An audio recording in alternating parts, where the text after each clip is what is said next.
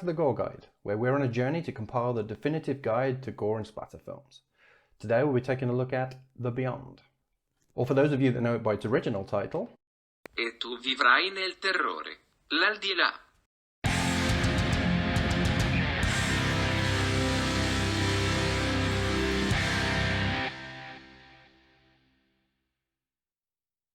The Beyond is a 1981 film directed by Lucio Fulci, written by Lucio Fulci, Dardano Sacchetti and Giorgio Mariuzzo, starring Catriona MacColl, David Warbeck and Cinzia Monreal, or Sarah Keller as she's credited here.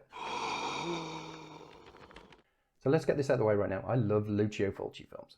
I think he was a true artist and he always made films that looked fantastic, and he never really got the credit that he deserved as a filmmaker. He's always just going to be remembered as that Italian guy that made that gory zombie film. This isn't necessarily a bad thing, because it was the thing that got me first interested. When I watched Zombie, or Zombie Flesh Eaters as I know it, for the first time, it blew my mind. It was fantastic. It's still, I think it's still a fantastic film. But there's so much more to his films than just the gore. The Beyond is the second film in Fulci's Gates of Hell trilogy, which started with City of the Living Dead and ended with House by the Cemetery. But none of the films are directly related, so you can watch them individually. The Beyond was shot mostly on location in Louisiana, and the rest was shot in Rome. It's widely referred to as a classic, but it is actually a very polarizing film. A lot of people either love it or hate it. There's a lot of things about it, especially the ending, which people really hate. The guy that owned the shop where I bought my copy from, he said that he doesn't like horror, but The Beyond is one of his favourite films. But what is it about this film that creates such extremely different opinions? And is it deserving of all the hype? Well, let's take a look and find out.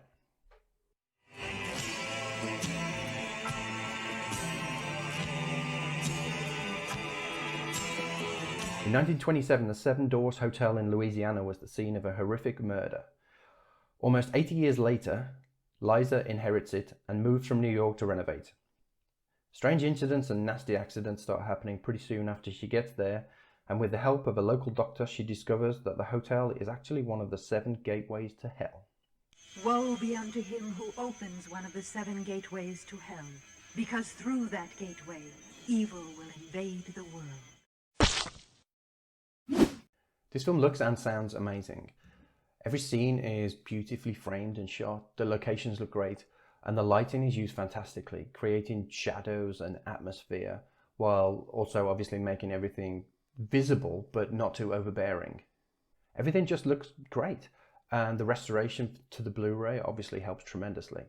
And not a lot of the older films benefit from a high definition upgrade, but it definitely works in this film's favour. There are a few parts that are a bit iffy, but these are down to makeup and special effects and nothing to do with the filmmaking side of things. Fabio Frizzi also created an amazing soundtrack that works perfectly with the gothic imagery. The trouble with a lot of the older Italian films is that the music sometimes was really intrusive. I love most of the collaborations between Dario Argento and Goblin, but sometimes the music was just a bit too much. They'd add in some frenetic funk rock over a shot of a character opening a window or something like that. It's not the case here at all. The soundtrack is used perfectly. In fact, Rolling Stone voted it the 11th best horror score of all time. That's pretty impressive. The acting is average. What are you doing in my room? I was looking for keys. It's not bad by any means, but it's certainly nothing amazing. But the pacing is really good. There's never a lot of time in between kills, so it never really gets boring. And while we're talking about kills, let's talk about the special effects. As always with a Fulci film, they're fantastic.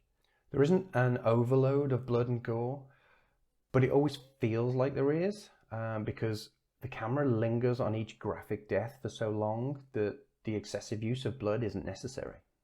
Like I said, the high definition upgrade doesn't help a few of the makeup effects, but in general the kills are effective and memorable. It's well documented that Fulci approaches film with not much more than an idea and a basic script, and that most of the scenes were made up on the spot. And I think this is testament to how great a filmmaker he was. that without hours and hours and hours of storyboarding and planning and practice, he can still create such great looking work. So the last point in the previous section leads us into the first point here. The lack of pre-planning makes the film feel a little disorganized in places. And I know that might really bother people who prefer a more strict linear narrative. Sometimes the film seems like it doesn't make any sense at all. But if you stick with it, just all of a sudden it just makes perfect sense. Either that or you'll want to smash the TV. It depends on the person. Another thing that I know bothers a lot of people is the dubbing. It's better if you do it now, because wait 4 months or 6 and believe me, you are going to lay out. You can't imagine the effect that double-digit inflation is having on housing. Hi, Larry. Now, while I agree that it's confusing as to why they deemed it necessary to dub at all, because the majority of the cast were English speakers, and it's also very confusing as to why the audio doesn't sync up with the actors' lips if they're saying the same words, but dubbing doesn't really bother me. Sometimes it might even make the film better because it's so hilariously bad, but here it's just part of the film. Fulci was Italian, and not all films are made by English speakers. One thing that I mentioned earlier that I wanted to come back to was the high-def restoration. When every tiny little detail is visible, some of the effects, they're not going to look as good as they did on your grainy VHS copy. And unfortunately, some of the effects in the Beyond didn't fare well in the upgrade. The worst offender here is probably the infamous tarantula scene, which was ridiculous in the first place, even if it is entertaining. But now with the high-def restoration, you can see how fake some of the spiders really are. But in general, my main dislikes about The Beyond are really pretty trivial. Like, it really bugs me that the two main women look very similar. If one hadn't got some gnarly white contact lenses in, I wouldn't be able to tell them apart. Fun fact though, the reason that Cynthia Monreale was so convincing as a blind woman is that she couldn't see shit through those contact lenses. I don't really like the Doctor's character either. I realise that it's a sign of the time that the film was made, but he spends most of the time being condescending toward Liza. Liza, stop it! Look, I'm sick of hearing all these stories. What stories? And then all of a sudden he reads a book, learns the truth, and comes to her rescue. He doesn't ruin the film for me. He's not detestable. He's just mildly annoying. Another mild annoyance is the zombie invasion at the hospital at the end of the film. Now, I love zombies. I love zombie films. And the rest of the antagonists in the film are zombies as well. And that's fine. I love that. But the invasion part really feels forced. And it was really, because the German distributors didn't want the haunted house film that Fulci initially was making. They wanted more zombies, which was popular in Europe at the time. So the final act was completely remade, and we end up with a zombie invasion.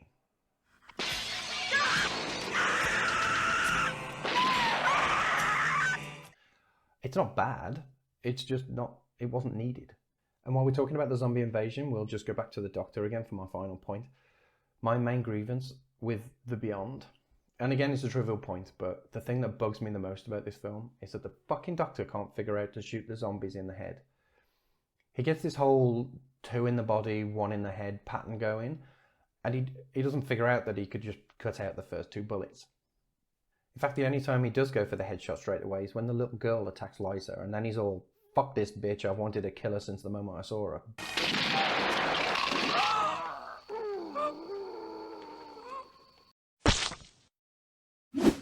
You ungodly warlock!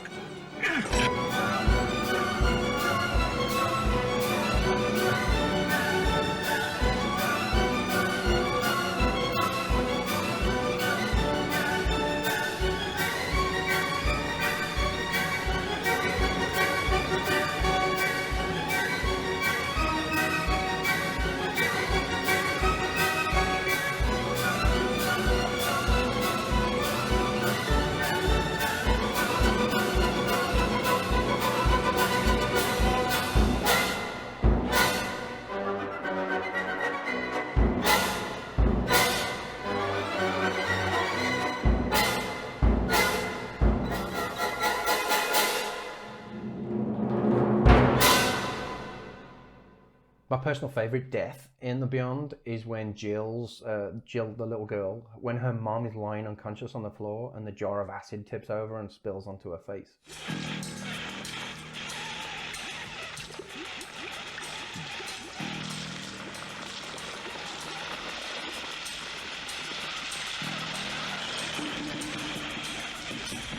The combination of her face slowly melting away and the mini wave of gooey slurry spreading across the floor just is brilliant. The gore in The Beyond is graphic and very well done, but not over the top with blood. So it gets 3 out of 5 for amount of blood, and it gets 4 out of 5 for quality of effects. The Beyond is well deserving of its title of cult classic. While it may feel a little inconsistent at times, it all comes together in the end. And if you can approach this film with an open mind, you should be able to appreciate the beautiful cinematography, the atmospheric scenes, and the graphic deaths.